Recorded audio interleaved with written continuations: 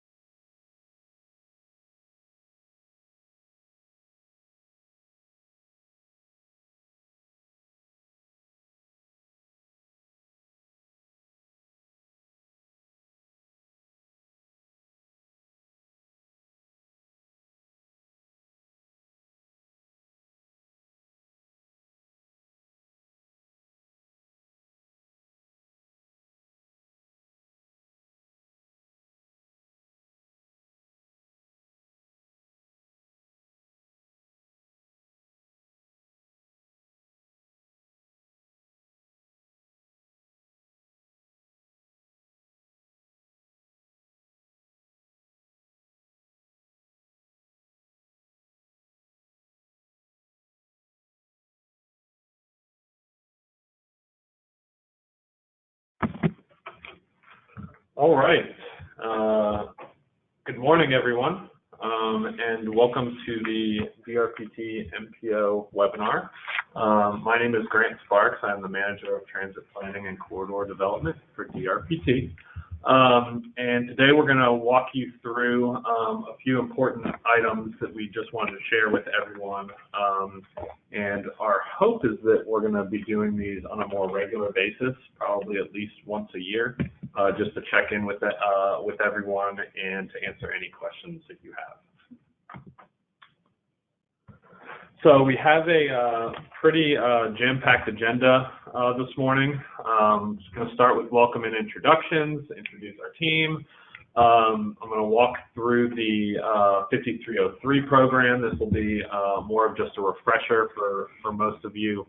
Walk through some grant administration procedures, so touch on the reimbursement request and our travel policy.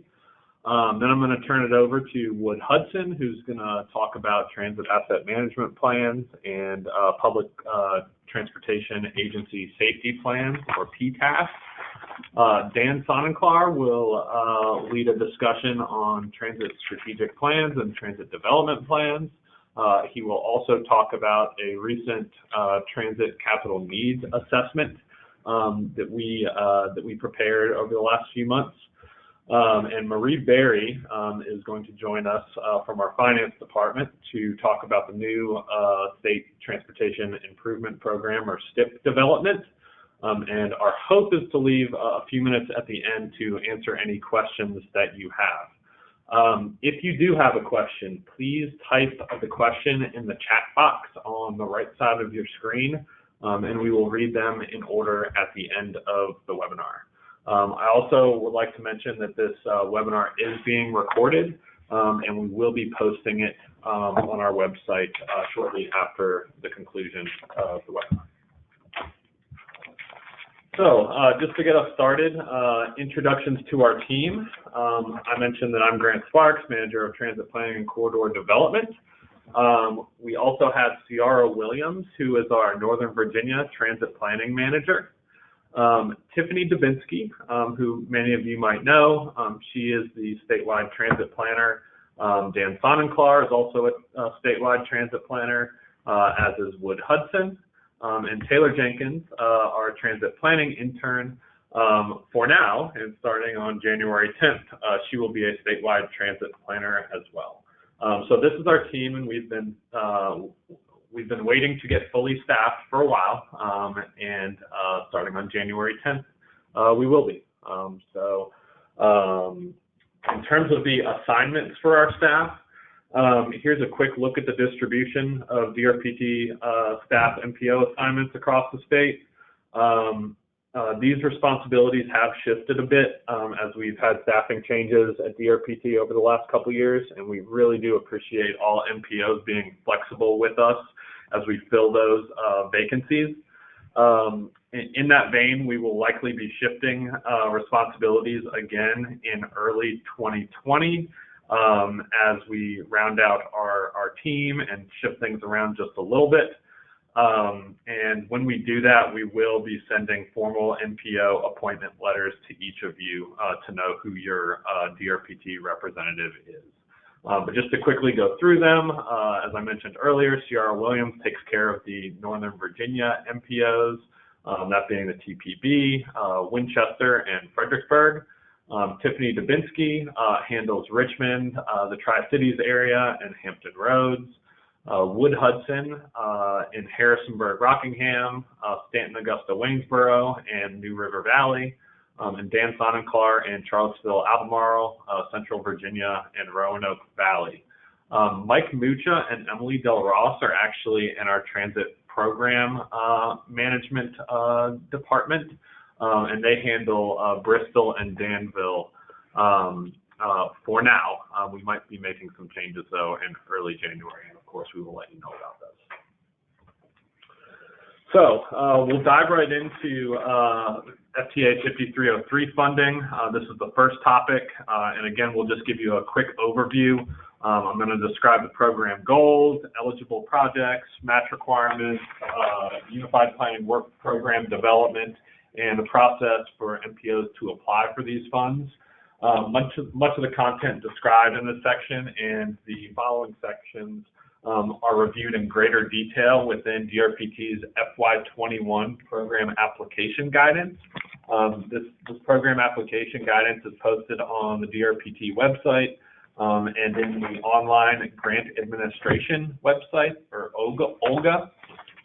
If you need help finding this document or need a copy of it, please contact your statewide transit planner assigned to your MPO.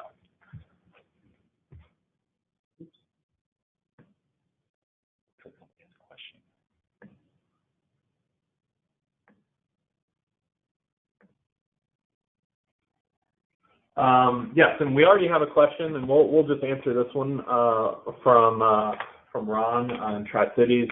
We will be sending out a copy of the PowerPoint slides at the end of this, since I have everyone's email address. So thank you for that question.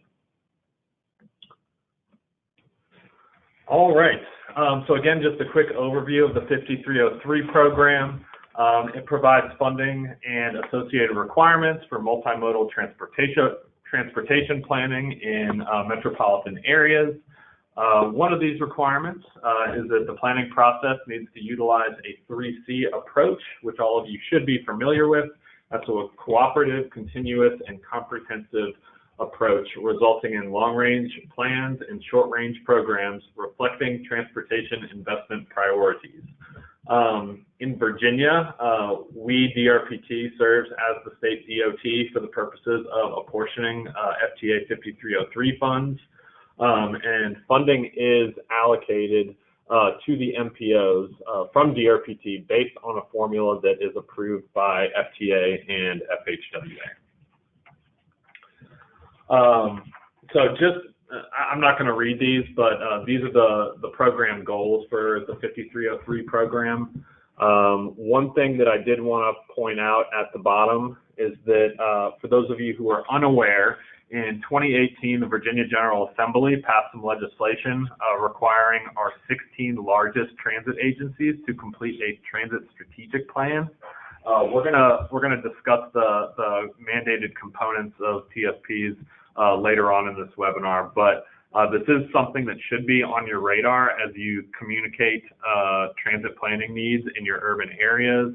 MPOs should coordinate with their transit agencies that must meet this requirement, and DRPT does strongly encourage MPOs to program some 5303 funding towards the development of these plans. So if you're unaware of these requirements, again, please get with your statewide transit planner, and we can talk to you about how you should be coordinating with your various transit agencies in your area. Eligible projects for 5303. Again, I'm not going to read through these, but these should be standard, and you all should have a good idea of what projects are eligible for 5303 funding. Obviously, supporting projects that support the economic vitality of the metro area, increase the safety and security of the transportation system, and that's for motorized and non-motorized users. Increase accessibility and mobility, that's for people and for freight, and so on. So all the projects that you apply for in your 5303 application should satisfy one of these eligible project criteria. In terms of match requirements, you all probably know this as well, but the federal share is not to exceed 80% of the eligible expenses.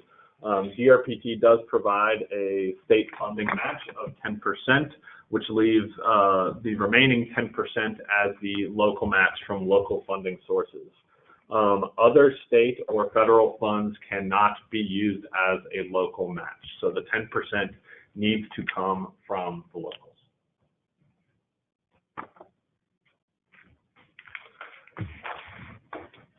In terms of the application process, 5303 applications are due to us in May and are submitted through the OLGA website.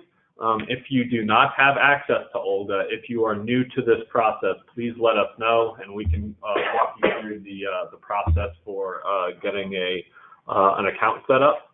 Once you submit your application in OLGA, you will be asked to review and sign your FTA certs and assurances. This is something that all grantees of FTA funding need to do. When you're submitting, you also will be asked to upload a copy of your draft UPWP. So based on the timing of the submissions, you might not have an adopted UPWP. And we're okay accepting a draft UPWP so long as once your MPO board does adopt the UPWP, you send us a copy of that because we need to have a copy on file. As we are reviewing your 5303 applications, we are looking for them to, the expense items to match those that are listed in the UPWP. So those two figures need to align. So we will review and approve the 5303 applications. Once they are approved, the 5303 funding is programmed in the Virginia SIP. And then shortly after that, DRPT works to develop 5303 contracts with each of your organizations in the summer and the fall. I'm not gonna go over the requirements of the UPWP, but I did want to mention that as a partner agency to our MPOs, we do like to review the draft UPWPs before adoption. This is just to make sure that our estimated 5303 funding for your MPO ties back to what you have in your UPWP. In February, that's typically when we provide MPOs with your estimated 5303 funding amount. This is if actual funding is provided by FTA, we will give you that figure, or we will give an estimate if FTA does not provide that to us at that point. And one thing that I did want to point out here, we've had this issue in the past, that any carryover funding included in UPWPs must be clearly documented as a separate expenditure. So if you're carrying over any previous 5303 funding, we want that broken out into a different line so that we can tie your new funding to what we have allocated to you. So next I'll quickly walk through a few grant administration policies and procedures. We do prepare a grant administration procedures handbook and post it in OLGA. That was recently posted about a month or two ago, and it is available right now if you're interested in taking a look at it. There is a lot of information in there, but specifically we're going to highlight section 6.0, which is the grant reimbursement process. So I'm going to go over the reimbursement requests process, our travel policy, and then I'm also going to quickly note our use of bench contractors that might be of interest to you. So, as I mentioned earlier, all reimbursement requests are submitted through the online grant administration system, or OLGA. The frequency of reimbursements does vary. We do not want more than one reimbursement per month, but typically for 5303 funding, we ask for reimbursements every quarter. Expenses incurred must be for authorized activities, which are listed as tasks in your UPWP during the executed agreement time, and amounts that are submitted must have appropriate supporting documentation. And I'll go over that in just a little bit. So in terms of the reimbursement process, the key steps involved with that, the grantee submits the reimbursement request in OLGA, as I mentioned earlier. DRPT staff, so your statewide transit planner, will review your reimbursement request. And we might ask you to upload additional documentation if there's a deficiency, or if we have some questions and need some additional supporting documentation. We'll certainly get back to you and ask you to upload those documents. Then DRPT staff will either approve, suspend, or reject your reimbursement request in our system. And if it is rejected, we will likely tell you why and ask you to resubmit so long as you meet the criteria that we lay out. And then you can, I guess, for final reimbursement, typically I believe our 5303 contracts run 18 months. So they will start on July 1st. And they will go through December 31st of the next year. And so the 90 days for final reimbursement, that's after December 31st. So you have, I guess, until March 31st to submit your final reimbursement request for that particular funding year. Or for that particular 5303 funding, but the work being done that you're asking for reimbursement on must still be completed during that contract period. So it cannot be a reimbursement request for any work done during that 90-day period. It must be prior to that. And then also at the very bottom, just wanted to point out that extensions. So if you do not think you'll be able to spend your 5303 funding in the contract period, you must submit a grant extension at least 30 days prior to contract end date. So this is usually done before December for 5303 funding, that you would put in a grant extension request in OLGA, and we would review that. And we typically do not allow more than one extension per contract. So do be aware of those requirements. So a little bit more detail on the reimbursement requests. We have had some issues in the past with receiving supporting documentation that does not include a summary sheet that kind of describes what is attached. We do ask MPOs to include a summary sheet moving forward for all expenses included in the reimbursement request. At a minimum, the summary sheet should include the date of the invoice number, the reimbursement period for that invoice, the total amount and amount charged to the reimbursement request, breaking down the federal, state, and local match for 5303 funding, identify the actual UPWP task that you're asking for reimbursement for, the point of contact, the name of the vendor.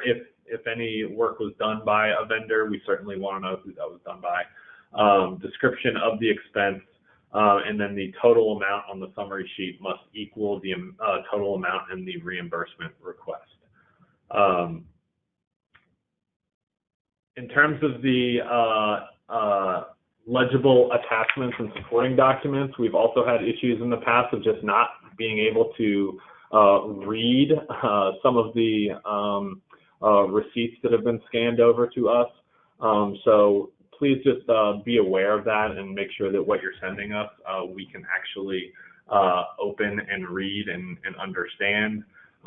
These attachments should include an expense summary of the staff time and any benefits. If you did use a contractor and are asking for reimbursement for contractor charges, we want to see details of the work that's being performed, noting, printing and materials, travel documents, and then any actual receipts that you have, please scan those in. One thing that we developed on our end to hopefully simplify the process a little bit for everyone is that we've created a reimbursement sheet template, which is available to any and all of you upon request. And it's actually on this slide right here. This is to hopefully just simplify the process a little bit. Again, we're happy to share this with any of you. Some MPOs do a very, very good job of kind of organizing their reimbursements and their summary sheets. But if this makes things easier for you, please just let us know and we'd be happy to share a copy. And then real quick, just touching on our travel policy, we do reimburse for personnel travel on official business or training that's directly related to a UPWP task or MPO related work. It must be reasonable and necessary expense. And I did want to point out that you must use GSA rates for lodging and meals. We have a link here for the GSA website, which gives per diem rates. And I also wanted to point out that this is not just for MPO staff, but also for any consultants that you are using. They must follow the GSA rates posted on that website, and that we will not reimburse for any travel that's above and beyond those published rates. So please do be aware of that.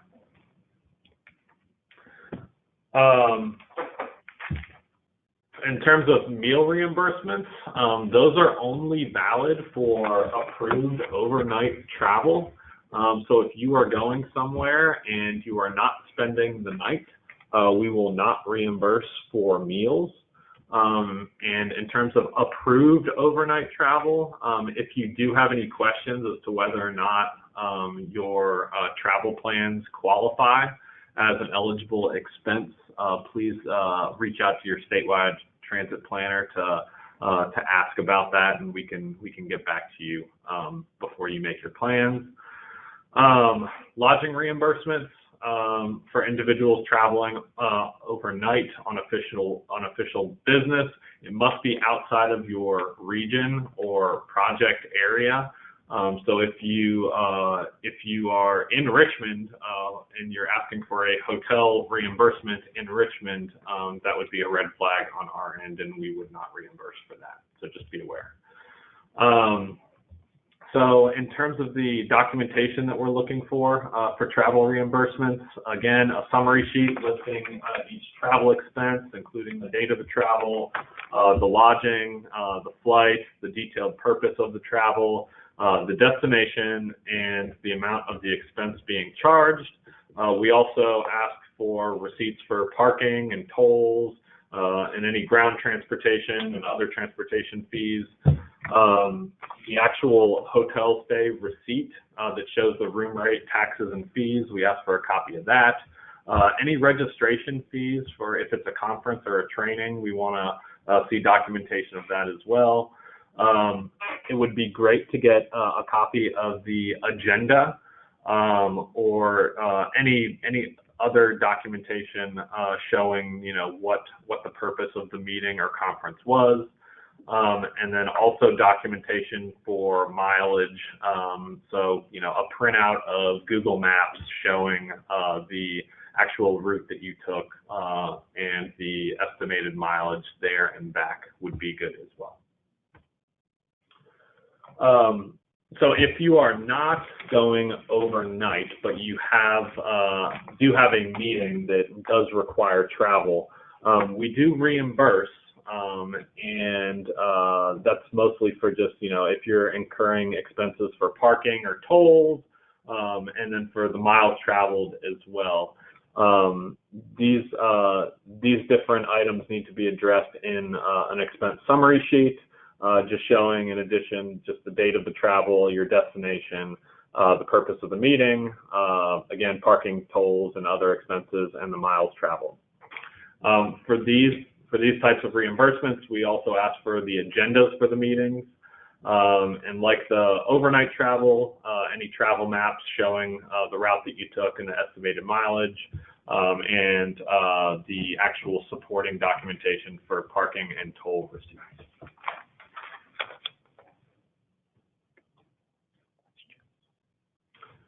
So last but not least, just wanted to point this out. I'm not sure if you all are aware of this, but DRPT does have a general transit planning bench contract with the following groups. This is KFH Group, Kimley Horn and Associates, AECOM, and Michael Baker. So if any of you have transit planning needs and need some consulting help, and you'd like to use one of these contractors, please let us know, and we can work with you to so that you can take advantage of the rates that we have. There is more information on these contracts found on our website, and we have a screenshot here on this slide showing where you can find that. But if you'd like I said, if you'd like any more information, please reach out to us, and we'd be happy to work with you on that.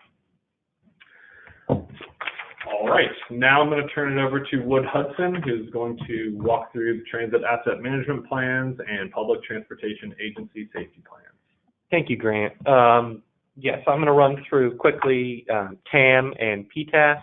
Most of this will be the same as the presentation I gave on the quarterly coordination webinar last week. So I'm going to go through it rather quickly today. Essentially for TAM, next slide, please. This is a requirement that affects all of our public transportation agencies that provide public transportation using Chapter 53 funds, and applies specifically to their capital assets. This includes buses and buildings and structures that they own. It assesses the current condition, determines what condition and performance the asset should be, identifies unacceptable risks, including safety risks, in continuing to use the asset if it's not in a state of good repair.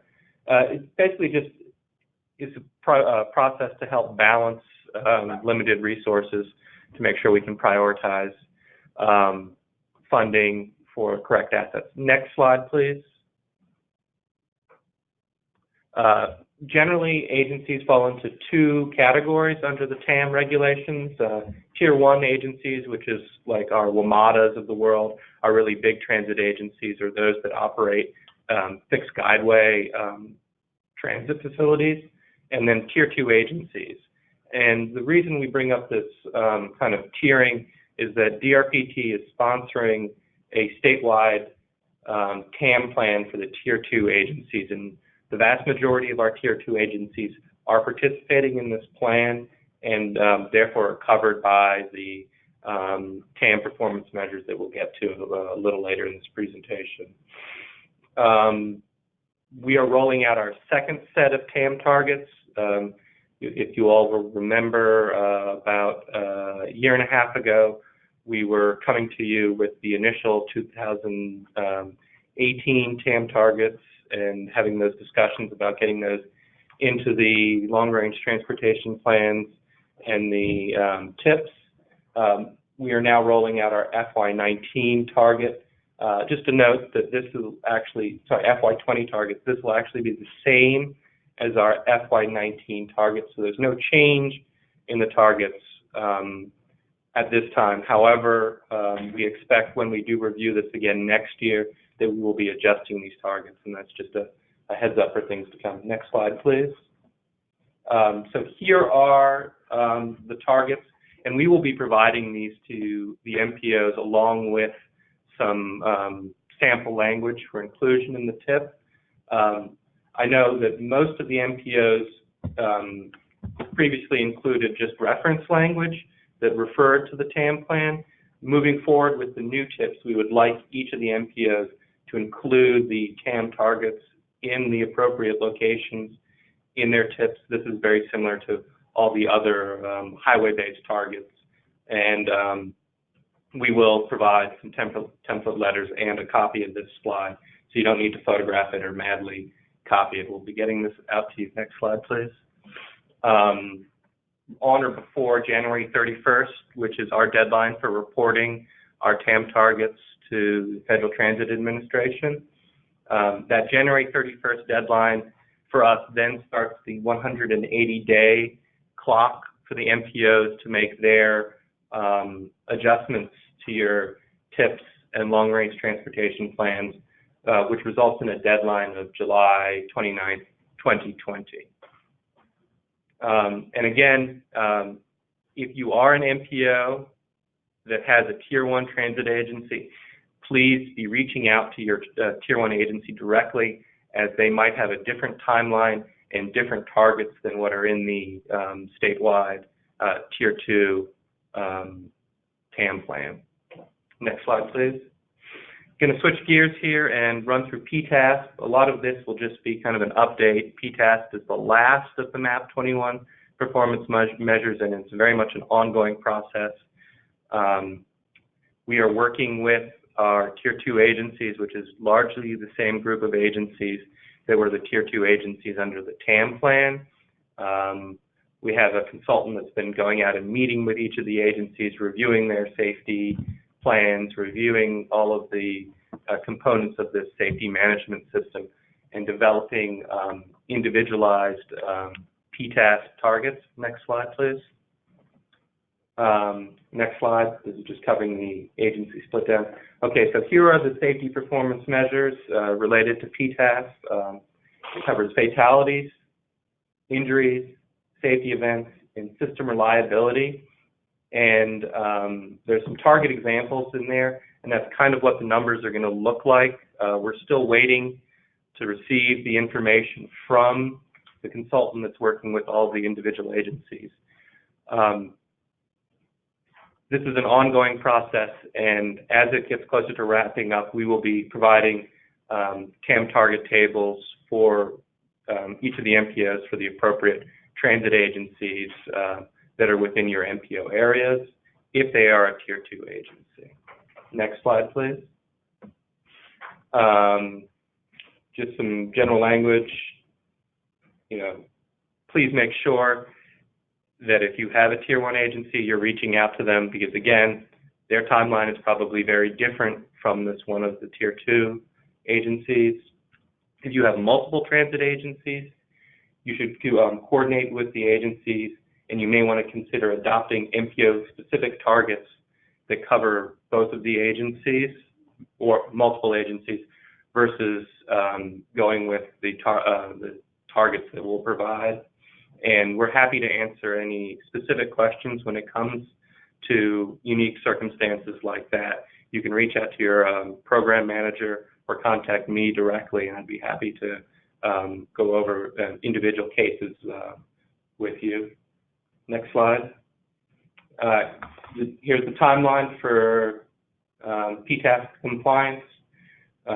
We will be reporting our Tier 2 statewide plan to FTA on July 20th, 2020. MPOs will then have 180 days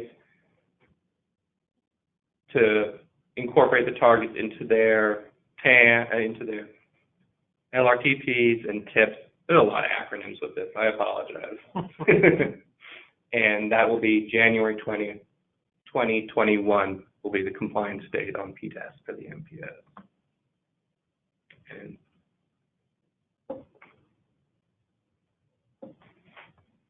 great. My name is Dan Sonnenklaar, and I'm going to be picking up for the next few slides, talking about transit strategic plans and transit development plans. So, as Grant mentioned earlier, new legislative initiative as of 2018 has required that large agencies throughout the state complete a transit strategic plan.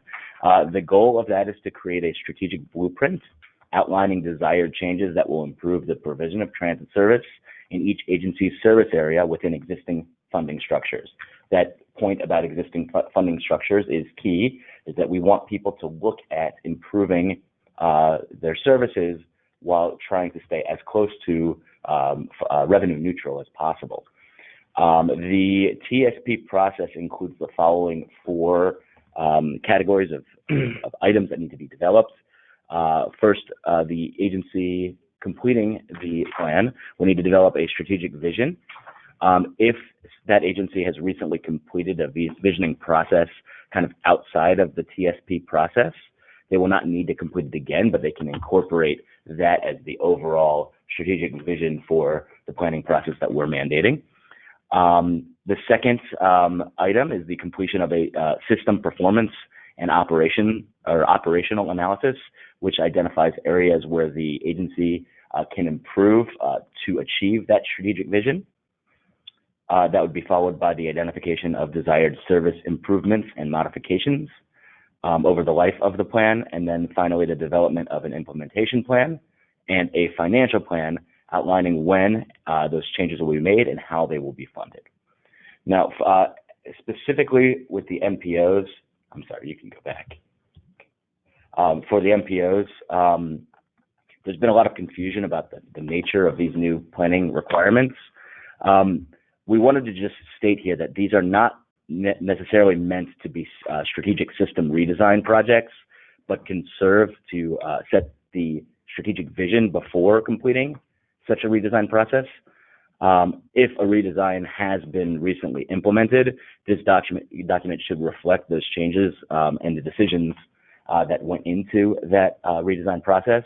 And as far as funding goes, though the completion of the TSP is ultimately the responsibility of the transit agencies throughout the state, we expect MPOs to participate in the development of the plans and provide some funding support, whether that's through 5303 or through other local funds to implement these.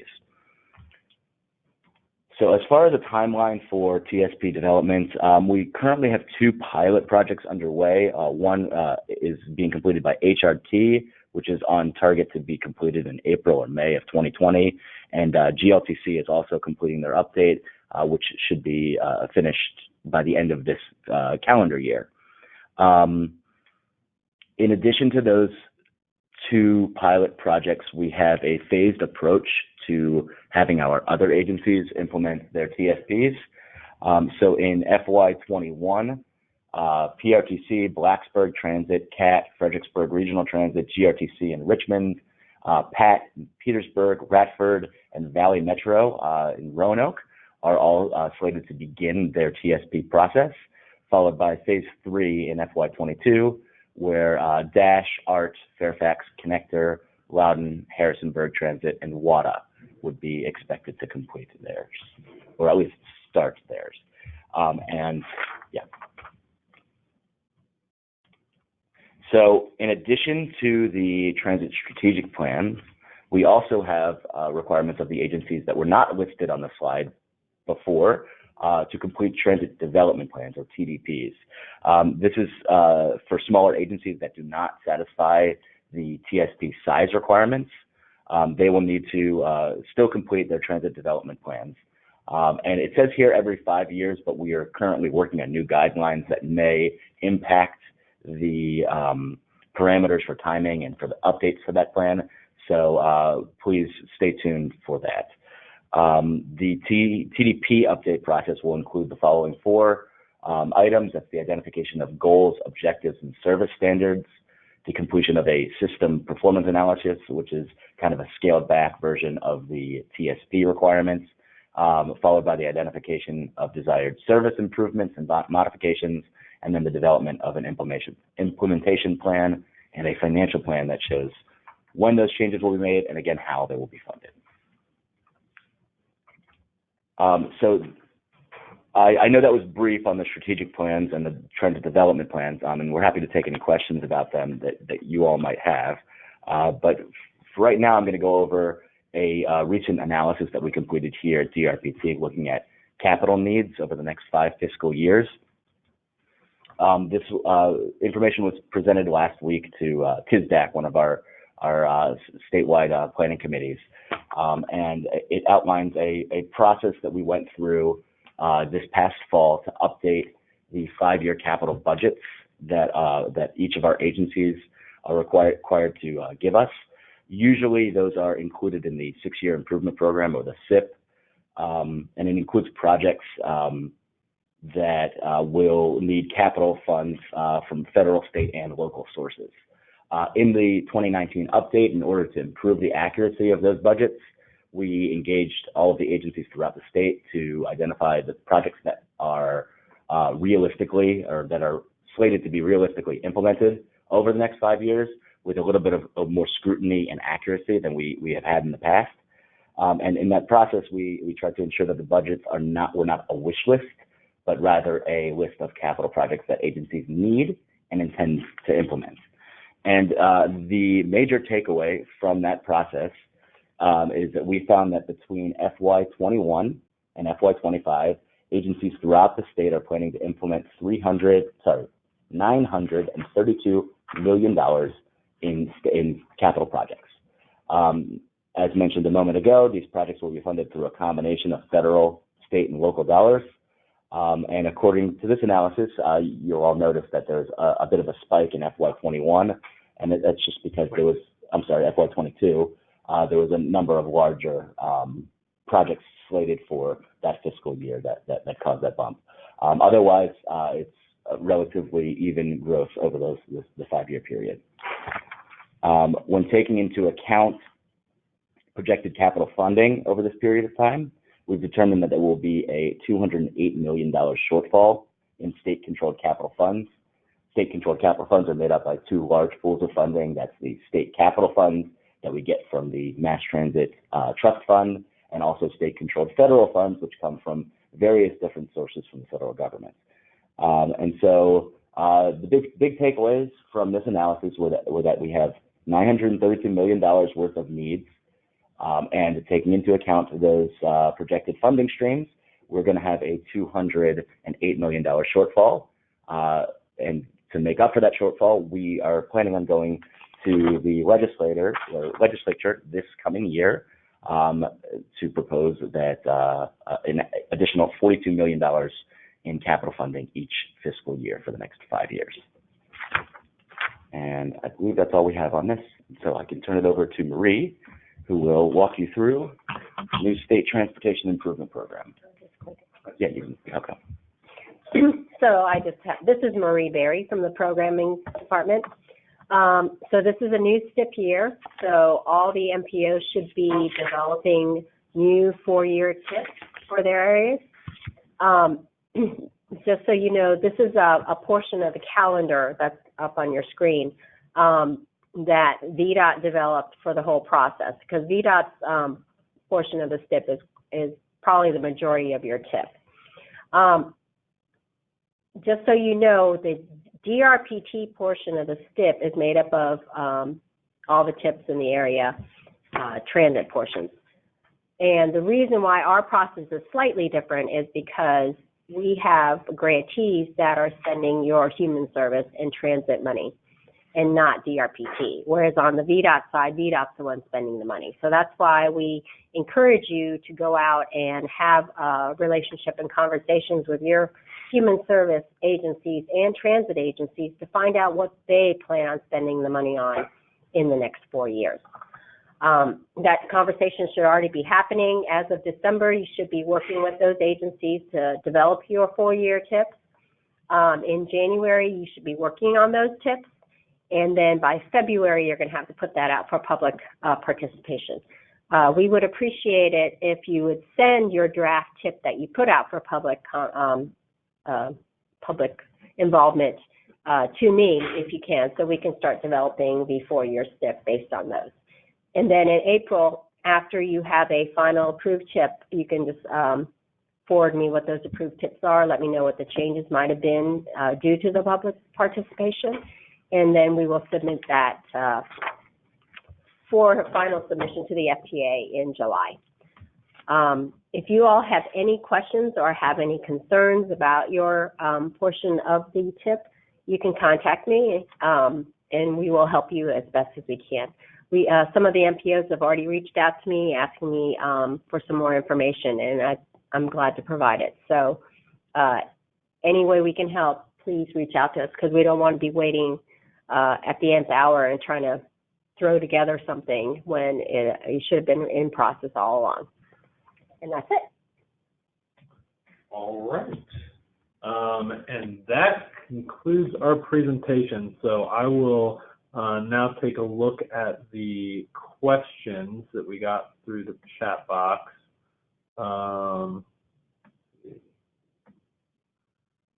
When will estimates of FY21 funding be available and sent to MPOs?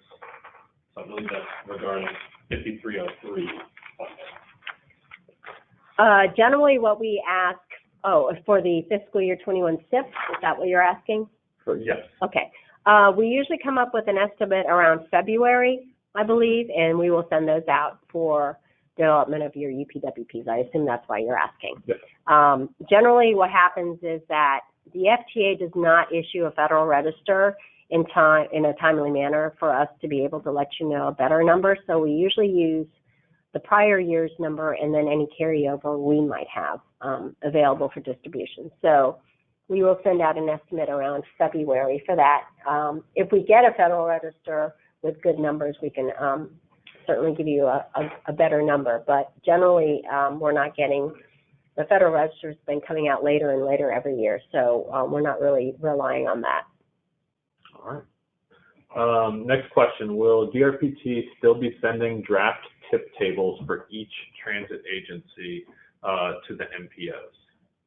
We are trying to get away from that because we are envisioning that you should be developing a draft tip on your own with your conversations with your human service and transit providers. If you need a shell of one, we can certainly provide that, but we are asking the MPOs to be developing their own tips and, you know, working with their transit agencies to figure out what they need in the next 4 years. Yeah, and I'll just add that it's the transit agency that has a better idea of their program of projects than DRPT does. We hope that they share that information with us, and we do request that level of detail each year, but at the end of the day, the projects are developed by the transit agency.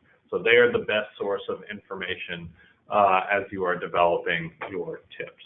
So just to kind of piggyback off what Maurice said, we really do encourage all MPOs to develop relationships with the transit agencies in your area, because we'll be looking for you all to be working with them on tip changes and tip development moving forward.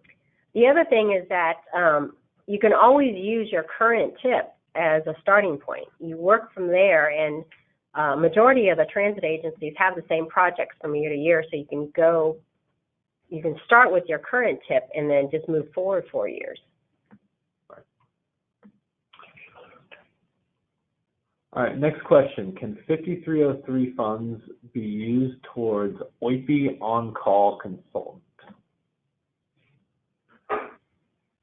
We might need a little bit more information on that. And Brian, please reach out to us so we can address your question. I'm not totally sure what you're asking. Is it part of the UPWP? Yeah, I guess that would be our question Yeah. to you. Would be if it's a task that's included in your UPWP, then yeah, you can definitely use our bench contract to satisfy any of those tasks in your UPWP. Sure. All right, next question. Why did DRPT change its policy regarding meal reimbursement for business day trips out of region? I don't think, and Brian, we can follow up with you again on this one, but it's my understanding that our policy has not changed. I don't know. We can follow up with you on that just to make sure that we're clear with what we presented to you and make sure that we didn't confuse you or anything.